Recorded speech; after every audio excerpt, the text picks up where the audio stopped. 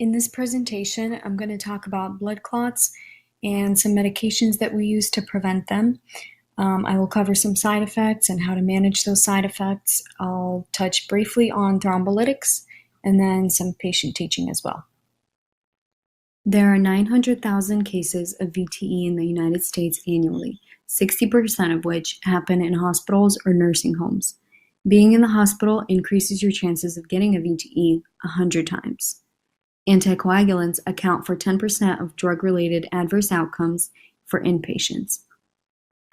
A blood clot is formed from a combination of activated platelets, red blood cells, and a fibrin mesh that holds everything together.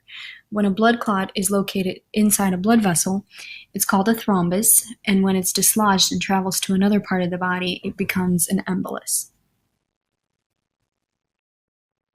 Blood clots create a problem because they interfere with blood flow and cause tissue injury and pain. If this happens in the heart, it's a myocardial infarction or a heart attack. If it happens in the lungs, it's a pulmonary embolism. And if it happens in the brain, it's a cerebrovascular accident or a stroke. Virchow's triad refers to the three things that predispose someone to forming a blood clot, which are stasis from immobility, hypercoagulability from obesity, pregnancy, cancer, or genetic conditions, or endothelial damage from surgery, trauma, smoking, high blood pressure, or invasive catheters. At St. Vincent's, we screen all patients on admission to assess their risk for VTE prophylaxis based on these listed items. If they are a high risk, they get VTE prophylaxis prescribed, and if they're a low risk, they are reassessed daily, and that is documented. The best treatment for blood clots is prevention. However, we have pharmacological agents that can help with this. Antiplatelets work to prevent platelet aggregation. Anticoagulants work on the coagulation cascade to prevent clots from forming, and thrombolytics actually work on existing clots to help dissolve them. Platelets normally get activated when they're exposed to collagen at a site of vessel wall injury, which causes them to change shape and secrete chemicals that signal more platelets to gather and trigger the coagulation cascade that eventually forms the clot. As the name implies, antiplatelets work on platelets to suppress the aggregation or clumping together of platelets. They are indicated to prevent MIs in patients with predisposing factors or family history, preventing repeat MIs or strokes, or prevention of strokes in patients that have TIAs. The most famous antiplatelet, aspirin, works by inhibiting the COX enzyme, which prevents the formation of thromboxane A2, which then prevents the activation of more platelets. However, it may irritate the stomach and increase the risk of bleeding, especially in patients with peptic ulcer disease or GI bleeds, and should be administered with food or milk. The P2Y12 receptor blockers include Plavix and Brilinta. They work by preventing ADP from binding to the P2Y12 receptors, which prevents the activation of glycoprotein 2B3A, which then prevents fibrinogen from attaching to these receptors, which prevents the platelets from being linked together. The effects of this group of medications may last up to 7 days, so they may need to be held for several days before a procedure, depending on how high the risk of the procedure is.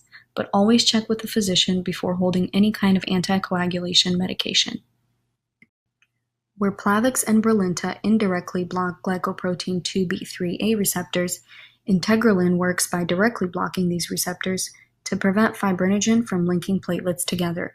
It's used as an IV infusion to prevent reocclusion of coronary arteries after an intervention, and its effects last up to 4 hours. Unlike antiplatelets, anticoagulants work to prevent the formation of clots by disrupting various steps in the coagulation cascade. They are indicated for people at high risk for blood clots, with DVTs, PEs, MIs, artificial heart valves, AFib, or history of strokes.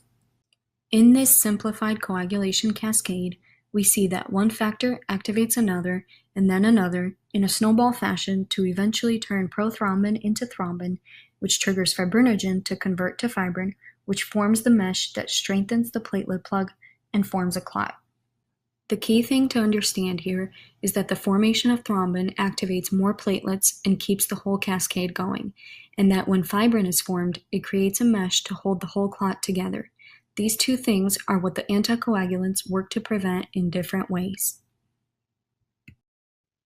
Probably the oldest anticoagulant still used is warfarin, or Coumadin. It works by inhibiting the formation of vitamin K in the liver, which affects the formation of clotting factors 2, 7, 9, and 10. It's most commonly used in patients with AFib to prevent strokes.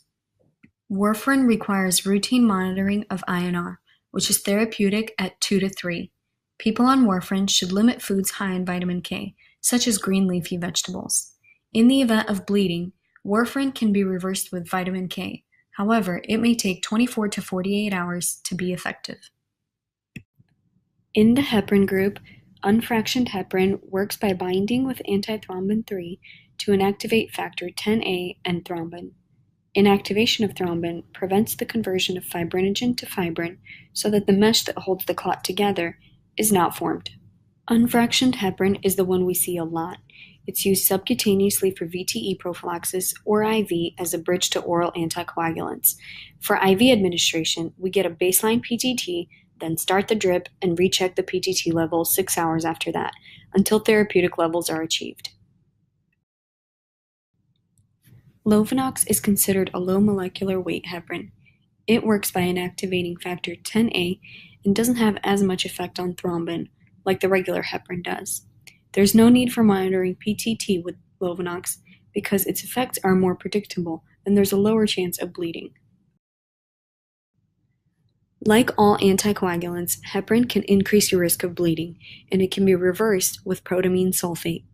A major adverse reaction of heparin is heparin-induced thrombocytopenia, or HIT. It causes a low platelet count and the formation of unwanted clots. In this case, a different anticoagulant should be used. In the factor 10A inhibitor group is Eliquis and Xarelto. These meds work by inhibiting factor 10A, which prevents the conversion of prothrombin to thrombin, which prevents fibrinogen from converting to fibrin so that no mesh is formed to hold the clot together. It's somewhat similar to Lovenox, only oral. Factor 10A inhibitors are preferred over the older warfarin because there are no dietary restrictions and no need for monitoring labs. However, there's no reversal agents for them, and they should be held for 24 to 48 hours before procedures, depending on the risk of the procedure, the patient's age, and kidney function. But always check with the doctor first. Direct thrombin inhibitors stop the coagulation cascade at thrombin. This way, fibrin is not formed, and the mesh that holds the clot together is not formed as well. Pradaxa is the oral version in this group, and it cannot be crushed. Argatroban is the IV infusion that is given to patients with HIT. Thrombolytics are known as clot busters because they work on existing clots to dissolve them. They do this through tissue plasminogen activation, which triggers plasminogen to convert to plasmin, which destroys fibrin, which is the mesh that holds the clot together, so that the contents of the clot can flow freely again. These meds are most commonly used in patients with strokes and are most beneficial if administered within 3 hours from the onset of symptoms. So upon arrival to the hospital, these patients should have their blood glucose checked, a CT scan read within 45 minutes, and if eligible, the door-to-needle time should be 60 minutes. Some of the nursing considerations include establishing a separate IV for the thrombolytic med, assessing the patient every 15 minutes during the infusion, every 30 minutes for 6 hours after the infusion, and every hour after that. Hold off on placing invasive lines and get a follow-up CT in 24 hours. Some definite contraindications for thrombolytics are patients with a history of intracranial bleed, head trauma within 3 months, ischemic stroke within 3 months, aortic dissection, or active bleeding. But there are other factors like age and high blood pressure that may play into this as well. With all the mentioned medications, bleeding of course is a side effect. However, if you notice that your patient develops a GI bleed or symptoms of a cerebral hemorrhage, which include headache, nuchal rigidity, or decreased level of consciousness, these may need to be further investigated, and the medication may need to be stopped. If your patient does develop a significant bleed, this needs to be reported to the doctor immediately. The medication may be stopped, labs will be drawn, possible administration of reversal agents, and the administration of blood products, especially fresh frozen plasma, because it contains all the coagulation factors in normal concentrations. Educating your patient is extremely important. You can educate them about how to prevent blood clots by living an active lifestyle, losing weight, or smoking cessation. Once they're on medication, you could teach them to take their anticoagulant as prescribed, being aware of the side effects and possible dietary restrictions. Emphasize the importance of following up with a doctor and getting routine labs drawn when indicated. Also, keep in mind when educating your patient about the setting that they're in and whether or not they're ready to learn. Keep in mind the culture, religious, or maybe dietary restrictions that they may have that may interfere with the medications. Although this presentation doesn't cover everything about this topic, I hope that you learned something through it, and I hope that it encourages you to not take any medication for granted and to continue learning and growing in your career. Thank you for your time.